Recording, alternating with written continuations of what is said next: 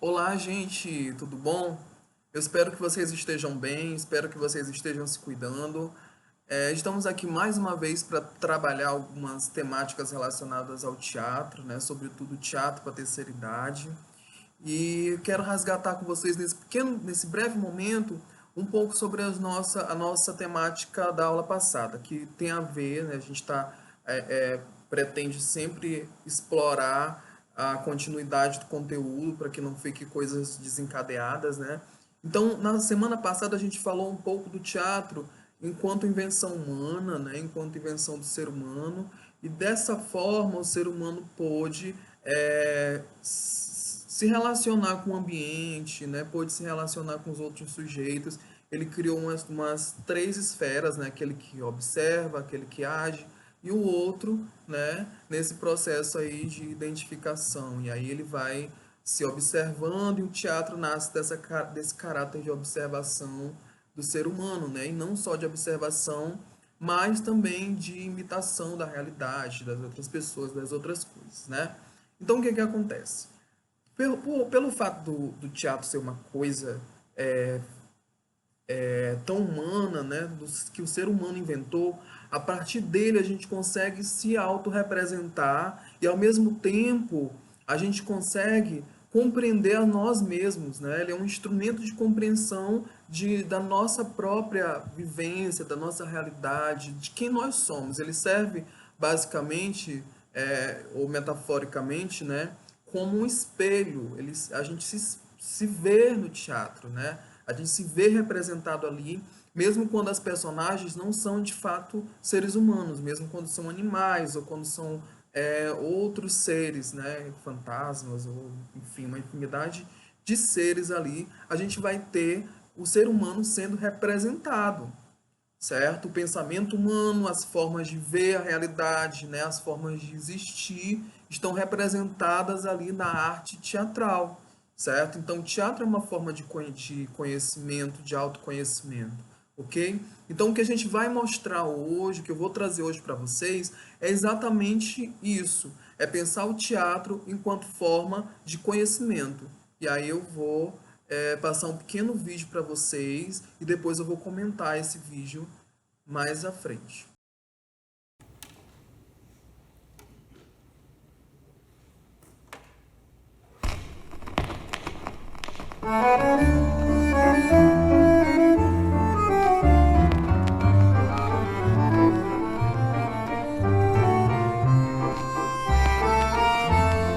Se você veio aqui logo de manhã só para discutir, é melhor você voltar à tarde. Assim a gente não discute. À tarde a gente também discute. Quando você vem aqui à tarde, você não entra discutindo como entrou agora. Discutindo antes de conversar. Mas ninguém discute antes de conversar.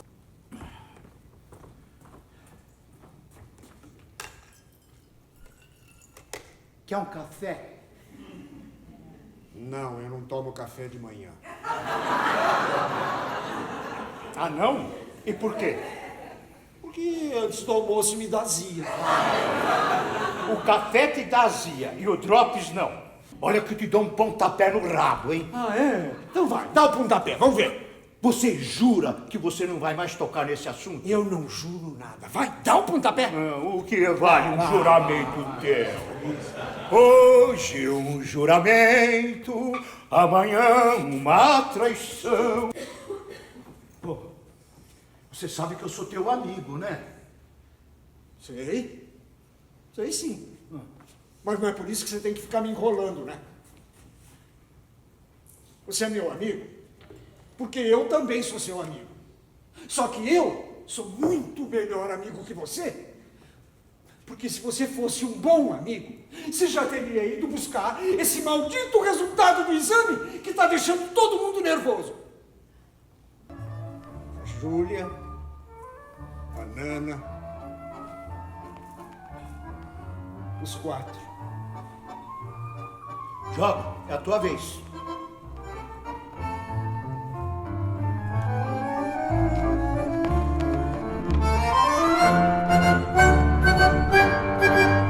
sempre vem com a história de que morreu esse, que morreu As aquele. pessoas morrem, ué. O que eu posso fazer? Não falar mais de mortes. É isso que você precisa fazer. Você tem que ter uma visão mais otimista, uma visão de futuro. Você não diz que a morte não existe? Que o que existe é a vida? Então fala do que existe, porra! Acho que você tem razão. Só por 5 minutos. Depois começa tudo de novo. Sabe quem morreu? Sabe quem morreu? E a luz do sol? Quando é que você via a luz do sol? Sempre enfiado lá naquele buraco? Sim, senhor. Você passou a vida toda enfiado lá naquele buraco. E não me diga que não. Eu sei muito bem. Eu sei o quanto você trabalhou. Eu sei, eu fui testemunha do teu sacrifício. Você se sacrificou pela tua família, pela sociedade, pelo país. Depois nós vamos em frente, onde você quiser. E França, Itália, os Alpes, até Moscou, isso mesmo, antes do inverno chegar. Espanha, França, os Alpes. Isso, Certeza. certeza. E depois, uma velhinha eu vou encontrar por lá. Você sabe como elas são loucas por um Latin lover madurinho como eu.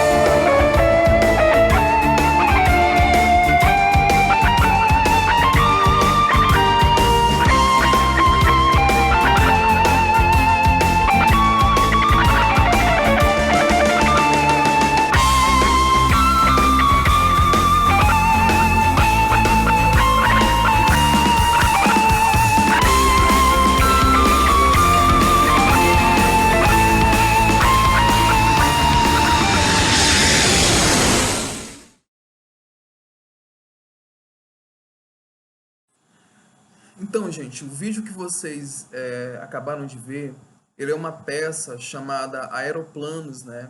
Que ela foi dirigida, né, por Edinaldo Freire, né? E aí ela traz no elenco dois atores, que é o Antônio Petrinho e o Roberto Arduin, né? E ele fala o espetáculo fala de forma bem-humorada sobre os dilemas da terceira idade, né? Sobre os dilemas desse momento, dessa fase aí, né? Que, na verdade, toda a fase do ser humano, a gente tem vários dilemas, né? Várias questões, vários questionamentos. E aí essa peça ela é muito pertinente para a gente, porque ela vai tratar de um tema que está relacionado ao cotidiano de vocês e, consequentemente, meu cotidiano, porque eu estou em relação com vocês direta, né? Ela vai mostrar os questionamentos, né, desses dois idosos, que são personagens da peça, na verdade, né? Questionamentos que talvez muitas pessoas idosas também partilhem deles, ou não. Às vezes a gente pode ter outros questionamentos, mas como eu estou mostrando para vocês, o teatro ele pode servir como um instrumento para que a gente reflita sobre a nossa vivência, né? Sobre o nosso cotidiano, sobre os nossos dilemas, né? Além de que ele é uma ferramenta de expressão nossa, a gente pode se expressar através da linguagem teatral, mas não somente isso, né? A gente também desenvolve determinadas habilidades, que são determinadas habilidades nossas, que são próprias da gente, né? A partir do teatro. O teatro é uma ferramenta extremamente comunicativa, né? A gente ele utiliza várias linguagens, né, para se comunicar, como a expressão corporal, a expressão facial, a palavra, né? A palavra é um instrumento que foi importantíssimo para o teatro. Existem vertentes teatrais que se focam muito na expressão corporal, né? Então a gente tem ferramentas de comunicação ali e ferramentas que vão expressar a vivência, né? Vão dizer um pouco da vivência. E aí, para a terceira idade, essa ferramenta ela vai permitir que vocês desenvolvam potencialidades críticas, né, que desenvolvam habilidades de memória, né, habilidades cognitivas que vocês já têm, mas que precisam ser desenvolvidas com o passar do tempo, né? E aí essas questões, elas vão impactar diretamente na saúde da pessoa idosa, né? Elas vão impactar diretamente na saúde de vocês, na nossa saúde de modo geral, não só da pessoa idosa, mas de várias outras faixas etárias, né? Porque não é só o idoso que precisa desenvolver determinadas habilidades, mas todo mundo precisa, né? Todo mundo precisa desenvolver a memória, todo mundo precisa desenvolver a oralidade, todo mundo é, deve, né, desenvolver dispositivos de cognição. A gente tem que estar o tempo todo sempre pronto para pensar rápido, agilmente, né? E aí, por exemplo, tem exemplos dentro do teatro que a gente utiliza. A gente utiliza muito a improvisação, né, para criar. A improvisação é um instrumento de criação para o teatro há muito tempo. Tem formas de teatro que elas são basicamente improvisacionais. É evidente que existe um roteiro. Por exemplo, a gente tem uma forma teatral na Itália, que não é recente, é uma forma do século XIV, por aí assim, né? Que se chama comédia dell'arte. Era uma comédia, uma forma de comédia, onde as pessoas se utilizavam de um roteiro, né? Com personagens ali fixadas, né? Elas tinham uma gama de ações ali para desenvolver, mas o resto do processo, né? Todo o processo era baseado em improvisações. Eles tinham um repertório de tiradas, um repertório de piadas, um repertório de ações ali na mente e outros que eles iam criando a partir da relação ali com o outro ator, com a atriz que estava em cena, né? E aí é uma curiosidade. Essa é a comédia dell'arte, uma dos primeiros momentos que as mulheres elas pisam em cena, propriamente dito. Elas começam a pisar em cena, né, de forma legal, no sentido mesmo do jurídico, na comédia dell'arte, certo? Até então, quem fazia papéis femininos eram os homens, né? Eram outras pessoas, não eram as mulheres, certo? As mulheres ficavam de escanteio, às vezes nem, dependendo da época, elas nem iam para o teatro, certo? O teatro era uma coisa extremamente masculina.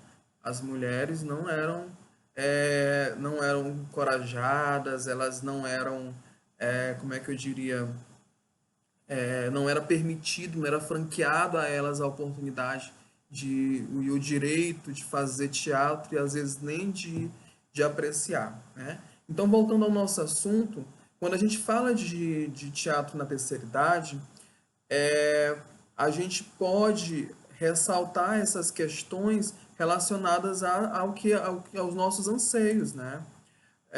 E aí os nossos anseios, os anseios de vocês, no caso, eles podem partir tanto de questões mesmo de direitos, né?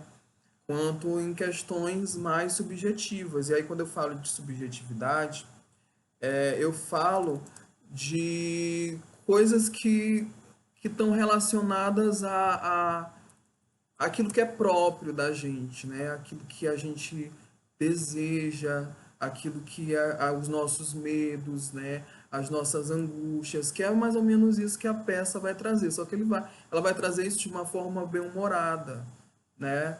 Ela vai trazer isso de uma forma descontraída, como vocês mesmos costumam falar, né?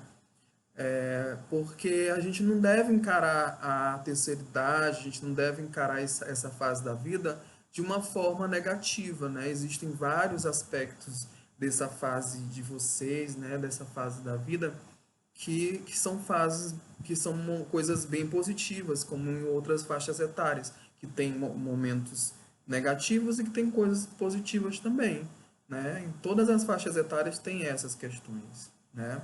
Então, quando a gente fala de teatro para a terceira idade, a gente fala de benefícios para o teatro da terceira idade, o teatro ele pode desenvolver e melhorar a memória mesmo, a memória de lembrar das coisas.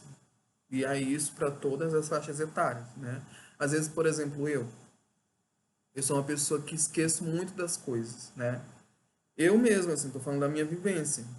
Não tô exemplificando, falando assim como se fosse, não. Eu sou mesmo uma pessoa esquecida. Então, o exercício teatral, ele me ajuda, né, a todos os dias melhorar essa memória, melhorar, acionar essa disposição para lembrar das coisas, né? E às vezes eu esqueço muito de muita coisa, né? Além disso, a gente tem momentos que trabalha com a respiração, né? Trabalha com a voz, e aí isso facilita, ajuda no controle da respiração, né? No controle, né, emocional, porque às vezes a nossa emoção também ela pode ser controlada pela respiração, né? Além disso, ajuda você com a expressão, né? Quando você se expressa, ajuda você a melhorar muita coisa, né? Às vezes a pessoa é muito medrosa, acanhada, envergonhada, porque pensa que as pessoas vão julgá-la, né? Porque quando fala em público. Mas quando a gente faz exercícios de improvisação coletiva, por exemplo, o intuito não é você rir de ninguém, porque na verdade não existe certo ou errado na prática teatral. Não existe certo nem errado, existe um momento ali de experimentar. E aí se experimenta qualquer coisa que vier na mente, né? Se experimenta qualquer coisa que possa contribuir com a criação, contribuir com a aula. Então, assim, a pessoa, vocês, quando forem fazer as atividades práticas, vocês devem ficar livres, né? Livres para experimentar o que vier na mente. Porque o intuito não é vocês serem julgados pelos colegas, por mim, por ninguém, não. Eu, enquanto professor, estou ali para mediar essa relação entre o saber teatral, que é o meu campo de investigação, certo? E os saberes que vocês já têm. Todo mundo tem um saber, todo mundo tem um conhecimento de alguma coisa, né? E o meu papel na sala de aula é fazer essa conexão entre o que vocês sabem e o que eu sei, o que eu tenho de técnica teatral, né? E o que vocês têm de bagagem, né, na mente de vocês, nas histórias de vida, né, no que vocês aprenderam, né, no passado, que aprenderam agora no presente. Então, é essa relação que é o meu papel, estabelecer esse vínculo, certo? Então, por isso é que o teatro ele pode ser essa ferramenta de melhorar a autoestima da pessoa, né? De melhorar esse sentimento de amor ao que você faz, ao que você pensa, né? Sem pensar ou sem querer se importar com a crítica da outra pessoa, né? Além disso, o teatro é uma forma teatral, aliás, uma forma artística, desculpa, uma forma artística de muita coletividade. Então, ele depende para se construir, se constituir, ele depende do coletivo, ele depende do outro. Então, essa relação com o outro, ela é uma relação muito, como é que eu diria, construtiva do saber teatral, né? Da prática do teatro na educação, da forma da prática no teatro enquanto arte também, certo? Então, para que a gente faça, para que a aula dê certo, para que o teatro como arte ele dê certo, ele precisa dessa coletividade de articular essa relação entre as pessoas. Então, as pessoas elas precisam ter esse vínculo, né? Elas precisam estar juntas, precisam se relacionar, se interrelacionar. E aí o teatro funciona como esse mecanismo aí, ele ajuda, ele permite, né, a gente se relacionar com o outro. Os jogos teatrais, a prática teatral na educação, também tem esse intuito. Então, gente, como eu havia falado para vocês, e aí mostrei no vídeo, o teatro para nós aqui, né, nas aulas da UNIT, ele vai funcionar, e aí nesse semestre a gente vai tentar trabalhar isso, como um instrumento de autoconhecimento, que vocês vão poder se expressar a partir dele, certo? Expressar seus anseios, seus medos, suas inquietações, né? E aí eu espero que a gente trabalhe com práticas, né, teatrais e espetaculares que vão suscitar isso, certo? Então a gente vai ficando por aqui. Eu espero que vocês tenham gostado. Eu espero que vocês tenham gostado da peça aí, que foram só algumas cenas, né? Infelizmente eu não consegui encontrar ela disponível na íntegra para que vocês pudessem assistir, né? Mas aí se eu conseguir encontrar uma outra peça que fale sobre um tema semelhante, aí eu vou deixar para vocês em outro momento, certo? Então a gente vai ficando por aqui. Eu espero que vocês se cuidem, tá? Que vocês fiquem bem, ok? Cuidem da saúde de vocês. E é isso, gente. Até a próximo encontro, até a próxima semana. E tchauzinho, até mais.